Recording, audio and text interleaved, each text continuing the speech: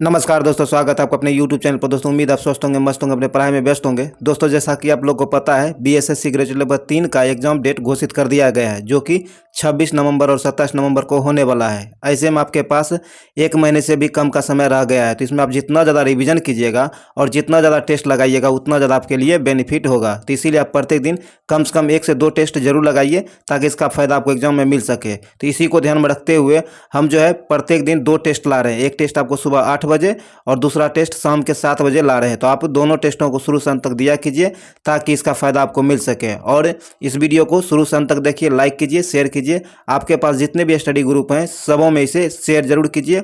और अभी तक आप हमारे चैनल को सब्सक्राइब नहीं किए तो सब्सक्राइब करने घंटी दबा लें, ताकि आने वाले वीडियो का नोटिफिकेशन आपको आसानी से मिल सके। दोस्तों एक बात और हम बता दें, आपको कम टाइम को देखते हुए रिवीजन के लिए मास्टर वीडियो बनाकर अपलोड कर दिया गया है। 3 वीडियो मास्टर वीडियो अपलोड किया गया है, तो उसे आप जरूर देखें शुरू से अंत तक। एक बार में नहीं होता है तो 1 से 2 बार करके, 3 बार करके पूरा वीडियो जरूर देखिए, ताकि उसका फ़ायदा आपको मिल सके। जितना ज़्यादा रिवीजन कीजिएगा उतना ज़्यादा आपको फ़ायदा होगा। तो इसीलिए आप हमारे चैनल से ज़रूर जुड़े रहें और हम आपके लिए अच्छे अच्छे वीडियो लाते रहेंगे। दोस्तों इस चैनल को सपोर्ट कीजिए, ज़्यादा से ज़्यादा सब्सक्राइब कीजिए, अपने दोस्तों से सब्सक्राइब कराइए, ताकि इसका टारगेट पूरा हो सके और आपके लिए हम लाइव क्लास ला सके और बढ़िया से बढ़िया आपके लिए वीडियो ला सके। तो चलिए ज़्यादा टाइम नहीं गवाते हुए इस वीडियो को हम लोग शुरू करते हैं। आइए दोस्तों, टेस्ट नंबर 7 का पहला क्वेश्चन कहता है कि पाचन में क्या है, पाचन के दौरान पित्त की भूमिका डैश होती है। पाचन के दौरान जो होता है पित्त की भूमिका क्या होती है, तो इसकी भूमिका होती है वसा का पायसीकरण करना। क्या होता है? वसा का पायसीकरण करना। तो डी नंबर इसका सही आंसर हो जाएगा। आपको एग्जाम में कई बार पूछ लिया गया है कि पित्त का पीएच मान कितना होता है। पित्त का पीएच मान जो होता है आपको 7.7 होता है। क्या होता है? पित्त का पीएच मान जो होता है आपको 7.7 होता है। यह आपको बहुत बार एग्जाम में पूछ लिया गया है। और मानव रक्त का पीएच मान सिर्फ 7 होता है, ये भी ध्यान में रखिएगा। चलिए आगे है। आगे कहता है सेरिबरम। क्या है? सेरिबरम के कार्यों में से एक है। कहता है सेरिबरम के कार्यों में से एक है, वह कौन सा कार्य है जो सेरिबरम के द्वारा होता है? तो इसका सही आंसर हो जाएगा आपको इनमें से कोई नहीं। क्या होगा? इनमें से कोई नहीं। डी नंबर इसका सही आंसर हो जाएगा। सेरिबरम का जो मुख्य कार्य होता है ये होता है आपको बुद्धिमत्ता, स्मृति और इच्छा शक्ति, ऐच्छिक गति एवं चिंतन मनन का कार्य जो होता है सेरिबरम का होता है। बाकी आपको ये जो है रक्त का दाब, भूख प्यास नियंत्रण इत्यादि, ये सारे जो है आपको ये जो कार्य है आपको ये आपका हाइपोथैलेमस, क्या है? हाइपोथैलेमस के द्वारा ये सब नियंत्रित किया जाता है, ध्यान रखिएगा। आगे है पादप की कोशिकाएं। पादप की कोशिका भित्ति किससे बनी होती है? पादप की कोशिका भित्ति जो होती है ये किससे बनी होती है? तो आपको सेलुलोज से, क्या है? सेलुलोज और पेकिटन से बनी होती है। डी नंबर इसका सही आंसर हो जाएगा। चलिए आगे है। आगे कहता है निम्नलिखित में से कौन सा हड्डियों के ज्वाइंट सतहों को मुलायम करती है? कहता है कि वह कौन है जो हड्डियों के ज्वाइंट सतहों को मुलायम बनाता है? तो ये है आपको क्या है? कार्टिलेज। क्या है? कार्टिलेज जो है हड्डियों के ज्वाइंट को मुलायम बनाता है। ए नंबर से आंसर हो जाएगा कार्टिलेज। चलिए आगे है। कहता है किसे टेक्सोनोमी, क्या है? किसे टेक्सोनोमी का जनक कहा जाता है? टेक्सोनोमी का जनक किसे कहा जाता है? तो ये लिनियस को कहा जाता है। किसे? लिनियस को कहा जाता है। ए नंबर से आंसर हो जाएगा लिनियस। चलिए आगे है। आगे कहता है कोशिका। क्या है? कोशिका द्रव और केंद्रक के विभिन्न भागों में पदार्थों का संचालन सामान्यतः किसके द्वारा किया जाता है? तो ये किया जाता है आपको एंडोप्लाज्मिक रेटिकुलम के द्वारा। डी नंबर इसका आंसर हो जाएगा। आगे मानव शरीर में श्वसन वर्णक है। मानव शरीर जो है इसमें श्वसन वर्णक क्या है? तो इसका श्वसन वर्णक जो आपको हीमोग्लोबिन, क्या है? हीमोग्लोबिन है। बी नंबर इसका सही आंसर हो जाएगा हीमोग्लोबिन, ध्यान रखिएगा इसे। चलिए आगे है। प्रयोगशाला में प्रयोगशाला में प्रयोग होने वाला लिटमस पेपर किस लाइकेन से प्राप्त किया जाता है? कहता है प्रयोगशाला में जो प्रयोग में लाए जाने वाला लिटमस पेपर होता है ये किस लाइकेन से प्राप्त किया जाता है? तो ये आपको रोसेला, क्या है? रोसेला लाइकेन से प्राप्त होता है। ए नंबर से आंसर हो जाएगा। आगे कहता है जीन का कार्यात्मक इकाई क्या है? जीन जो है इसका कार्यात्मक इकाई क्या है? तो इसका कार्यात्मक इकाई सिस्ट्रोन है। क्या है? सिस्ट्रोन है। ए नंबर से आंसर हो जाएगा सिस्ट्रोन। चलिए आगे है। चलिए आगे कहता है कि वनस्पतियों को, क्या है? वनस्पतियों को परावैंगनिक किरणों के दुष्प्रभाव से बचाने वाला वर्णक है। कहता है वनस्पतियों को परावैंगनिक किरणों के दुष्प्रभाव से बचाने वाला वर्णक कौन सा है? तो यह है आपको फाइकोसाइनिन। क्या है? फाइकोसाइनिन। बी नंबर इसका आंसर हो जाएगा फाइकोसाइनिन। आगे कहता है नेत्र में प्रवेश करने वाले प्रकाश की मात्रा को किसके द्वारा नियंत्रित किया जाता है? कहता है नेत्र में जो प्रकाश प्रवेश करता है उसे किसके द्वारा नियंत्रित किया जाता है? तो ये किया जाता है आपको परितालिका के द्वारा। किसके द्वारा? परितालिका के द्वारा नियंत्रित किया जाता है। इसे आप आईरिस, सामान्यतः आपको आईरिस ही लिखा मिलेगा, ये हिंदी इसका परितालिका होता है। बी नंबर से आंसर हो जाएगा परितालिका। फिर ये अंग्रेजी में आइरिस के द्वारा जो है नेत्र में प्रवेश करने वाले प्रकाश का नियंत्रण इसी के द्वारा किया जाता है। चलिए आगे है। आगे कहता है निम्नलिखित में से कौन सा विद्युत धारा के तापीय प्रभाव के व्यवहारिक अनुप्रयोग पर आधारित नहीं है? कहता है वह कौन सा विद्युत धारा के तापीय प्रभाव के व्यवहारिक अनुप्रयोग पर आधारित नहीं है? जो आधारित नहीं है वह आपको इलेक्ट्रिक घंटी। क्या है? इलेक्ट्रिक घंटी। ए नंबर से आंसर हो जाएगा इलेक्ट्रिक घंटी। इलेक्ट्रिक घंटी जो है आपको ये आपको विद्युत धारा के प्रभाव पर कार्य नहीं करता है। चलिए आगे है। किसी गोलाकार दर्पण की फोकस दूरी डैश होती है? कहता है किसी गोलाकार दर्पण जो होती है उसकी फोकस क्या होती है? उसकी फोकस दूरी डैश होती है। तो उसकी फोकस दूरी आपको वक्रता त्रिज्या की आधी होती है। क्या होता है? वक्रता त्रिज्या की आधी होती है। ए नंबर से आंसर हो जाएगा वक्रता त्रिज्या की आधी। चलिए आगे बढ़ते हैं। आगे कहता है क्या है? संपीड़नों का निर्माण उस स्थान पर होता है जहाँ वायुदाब क्या होता है? वहाँ कहता है संपीड़नों का निर्माण उस स्थान पर होता है जहाँ वायुदाब क्या होता है? जहाँ वायुदाब उच्च होता है वहाँ इसका निर्माण होता है। सी नंबर से आंसर हो जाएगा। आगे कहता है किसी रॉकेट का प्रक्षेपण न्यूटन के किस नियम पर आधारित होता है? कहता है किसी रॉकेट का प्रक्षेपण जो किया जाता है यह न्यूटन के किस अधिनियम पर आधारित होता है? तो इसका सही हो जाएगा आपको न्यूटन गति के तृतीय नियम। क्या है? न्यूटन गति के तृतीय नियम पर आधारित होता है। सी नंबर इसका आंसर हो जाएगा। चलिए आगे बढ़ते हैं। आगे कहता है कि निम्नलिखित में से किसमें ध्वनि की गति सबसे अधिक होती है? निम्नलिखित में से किसमें ध्वनि की गति सबसे अधिक होती है? तो सबसे अधिक ध्वनि की गति जो होगी आपको लोहा में होगा। किसमें? लोहा में होगा। बी नंबर इसका आंसर हो जाएगा लोहा। चलिए आगे है। यदि तरंग क्या है? यदि तरंग 2.5 सेकेंड में 20 कंपन पूरे करती है तो इसकी आवृत्ति होगी। तो इसकी आवृत्ति क्या होगी? 8 हर्ट्ज। क्या है? 8 हर्ट्ज। बी नंबर इसका आंसर हो जाएगा। चलिए आगे है। आगे कहता किसी गतिमान वस्तु के द्रव्यमान m तथा v वेग से गति कर रही है तो उस वस्तु का संवेग क्या होगा? तो उस वस्तु का संवेग जो होगा उस वस्तु का संवेग आपको हो जाएगा mv। क्या होगा? mv। ए नंबर से आंसर हो जाएगा mv। आगे कहता भारत का पहला वर्टिकल फॉरेस्ट टावर माना फॉरेस्ट कहाँ बनाया जा रहा है? कहता है भारत का पहला वर्टिकल टावर क्या है? वर्टिकल फॉरेस्ट टावर माना, जिसका नाम क्या है? माना फॉरेस्ट कहाँ बनाया जा रहा है? तो ये आपको बनाया जा रहा है बेंगलुरु। कहाँ? बेंगलुरु में। डी नंबर इसका आंसर हो जाएगा बेंगलुरु में। यह जो 14 मंजिला टावर है। क्या है? 14 मंजिला टावर है, ध्यान रखिएगा। चलिए आगे कहता है कि व्यक्तिगत रूप से लगातार 2 ओलंपिक खेलों में पदक जीतने वाला भारत की पहली महिला खिलाड़ी हाल ही में कौन बनी है? कहता है व्यक्तिगत रूप से ओलंपिक में लगातार 2 बार पदक जीतने वाला भारत की पहली महिला खिलाड़ी कौन बनी है? तो ये बनी है आपको पीवी सिंधु। कौन? पीवी सिंधु। बी नंबर इसका आंसर हो जाएगा पीवी सिंधु।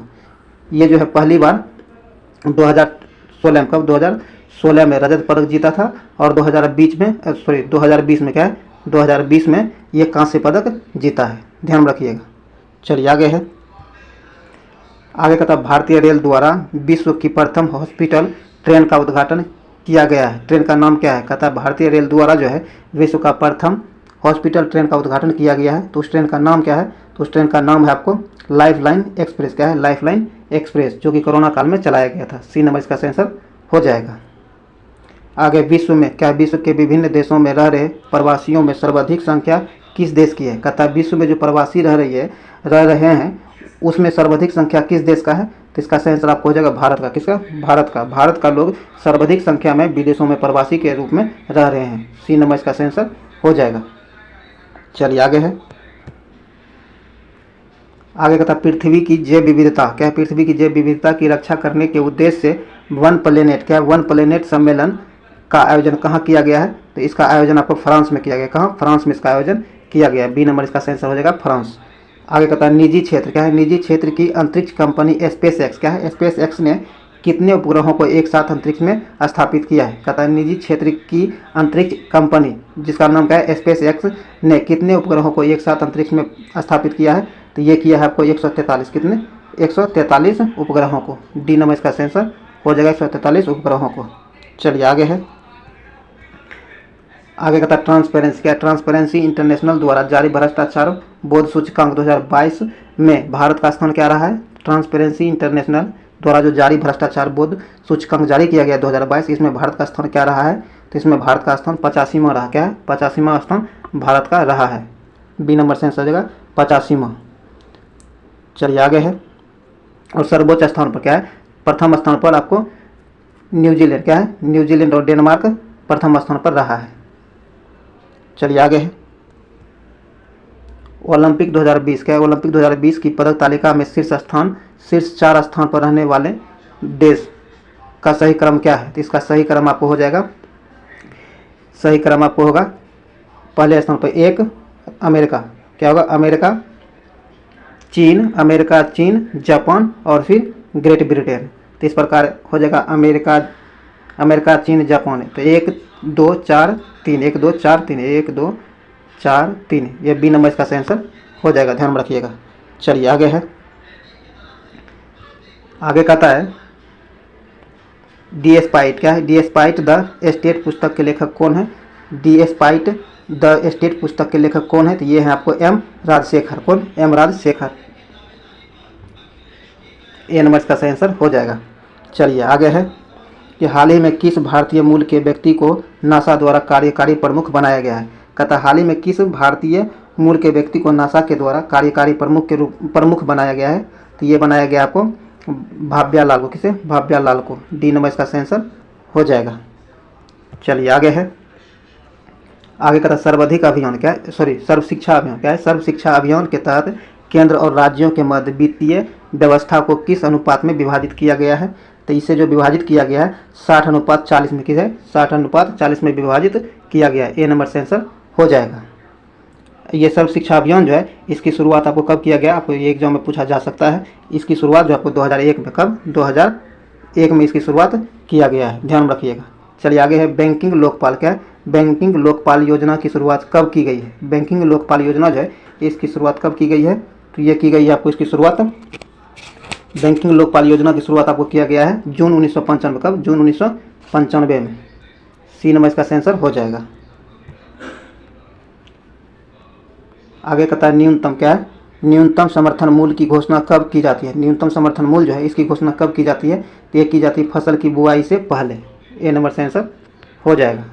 आगे कहता है किसी अर्थव्यवस्था में क्षेत्रों को सार्वजनिक और निजी में किस आधार पर वर्गीकृत किया जा सकता है? तो इसे वर्गीकृत जो किया जा सकता है उद्यमों के स्वामित्व के आधार पर। सी नंबर से आंसर हो जाएगा। उद्यमों का स्वामित्व के आधार पर इसे वर्गीकृत किया जा सकता है। सी नंबर से आंसर हो जाएगा। आगे कहता है फेबियन। क्या है? फेबियन सोशलिज्म का नेतृत्व किसने किया था?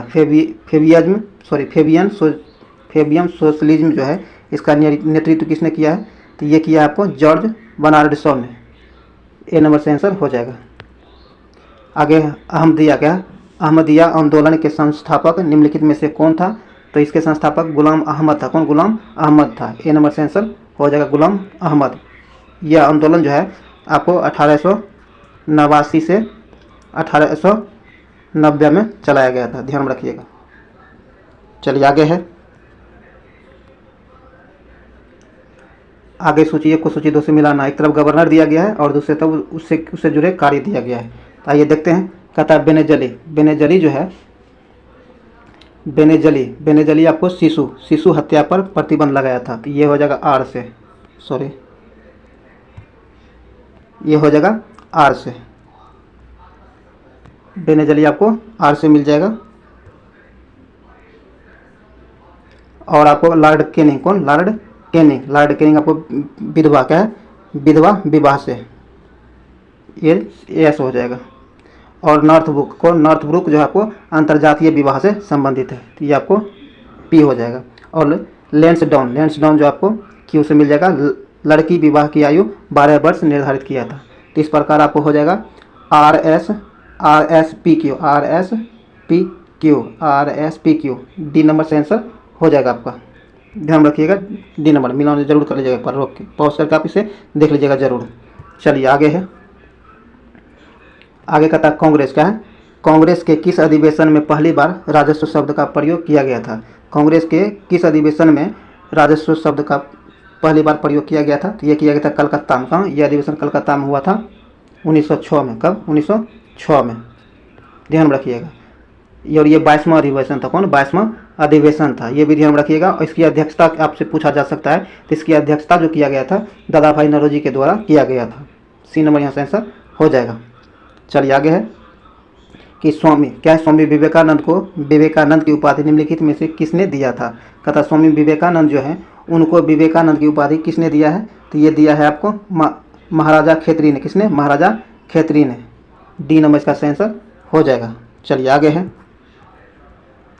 आगे कहता विजयनगर। क्या है? विजयनगर के राजा कृष्णदेवराय ने गोलकुंडा का युद्ध किस राजा के साथ लड़ा था? कहता विजयनगर के राजा जो कृष्णदेवराय जो थे, ये गोलकुंडा का युद्ध किसके साथ लड़ा था? तो ये लड़ा था आपको कुली कुतुब शाह के साथ। किसके साथ? कुली कुतुब शाह के साथ। ए नंबर से आंसर हो जाएगा। आगे कहता है स्वप्नवास दाता। क्या?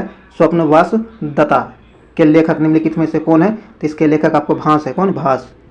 बी नंबर इसका आंसर हो जाएगा। चलिए आगे है,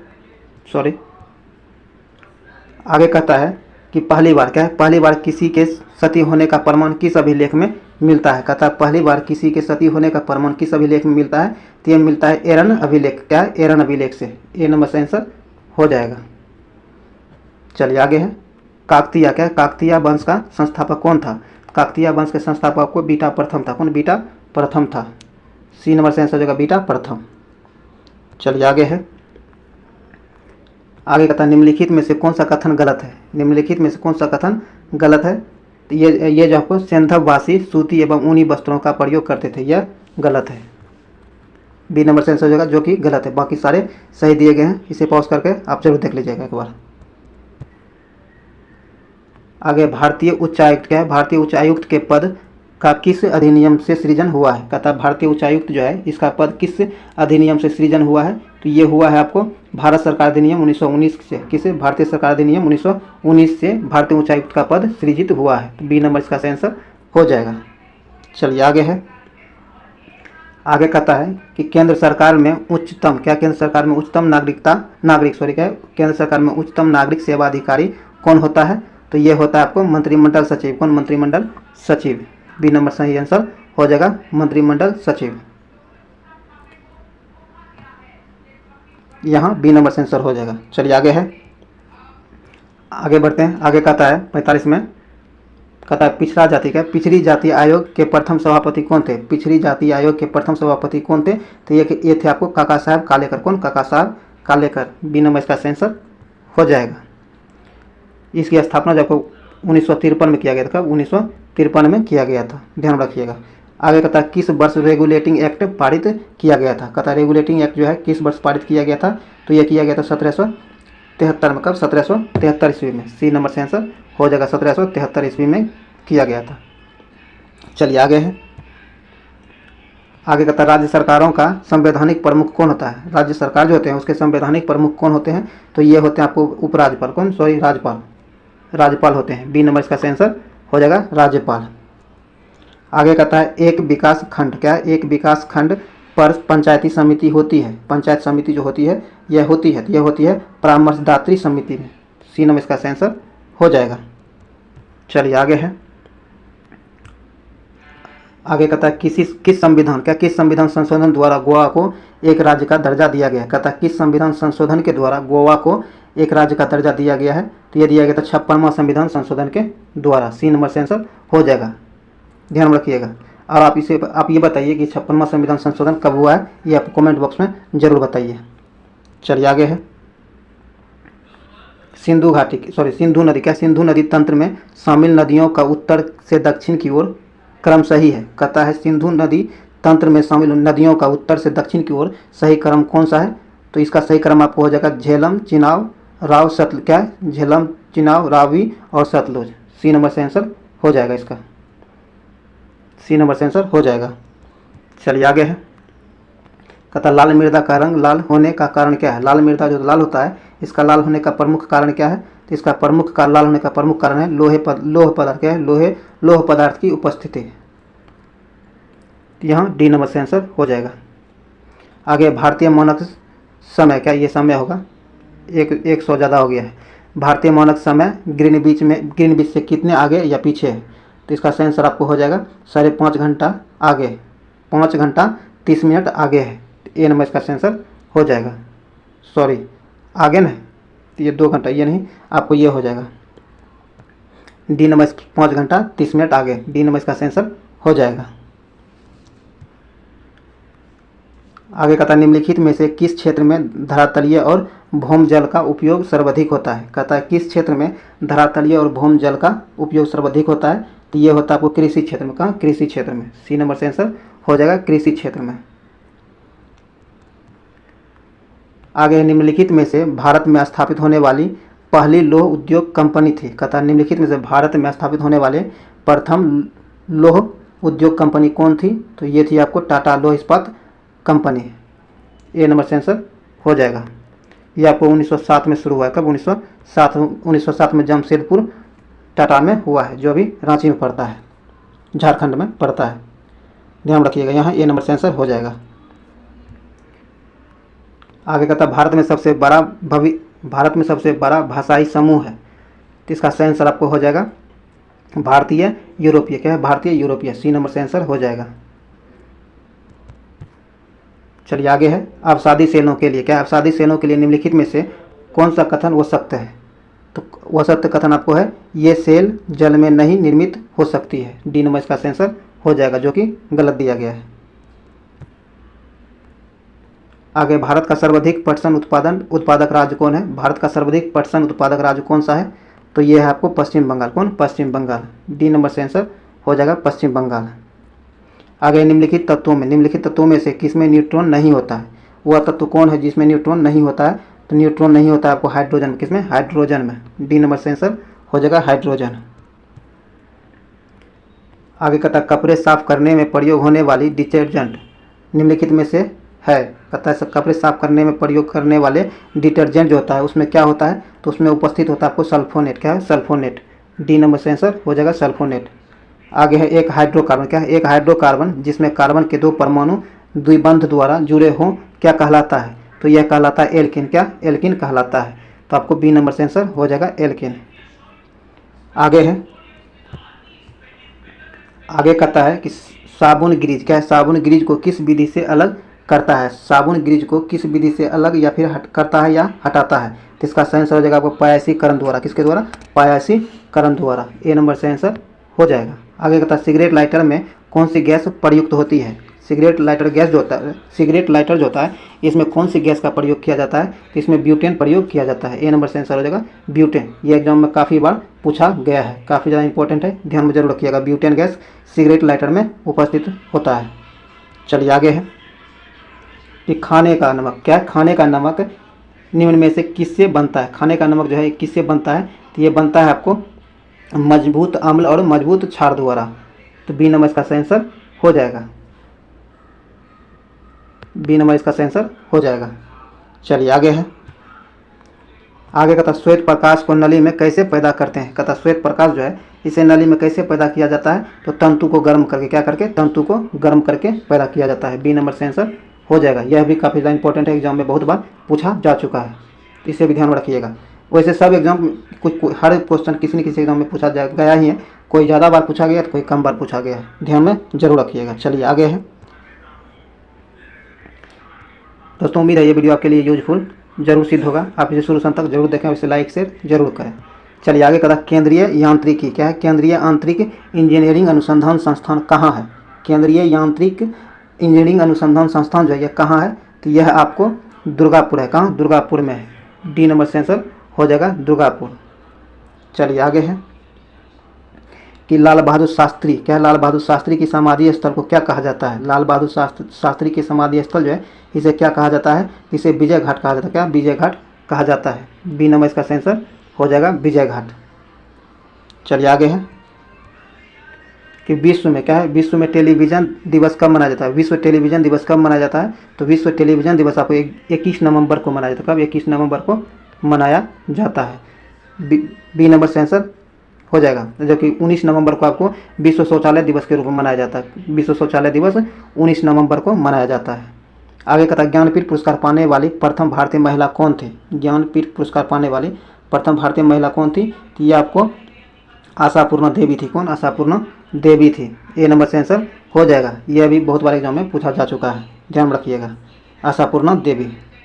चलिए आगे है, आगे का था चाइना। क्या है? चाइना कप किस खेल से संबंधित है? चाइना कप जो है ये आपको जिम्नास्टिक से संबंधित है। किससे? जिम्नास्टिक से संबंधित है। बी नंबर से आंसर हो जाएगा। चलिए आगे है,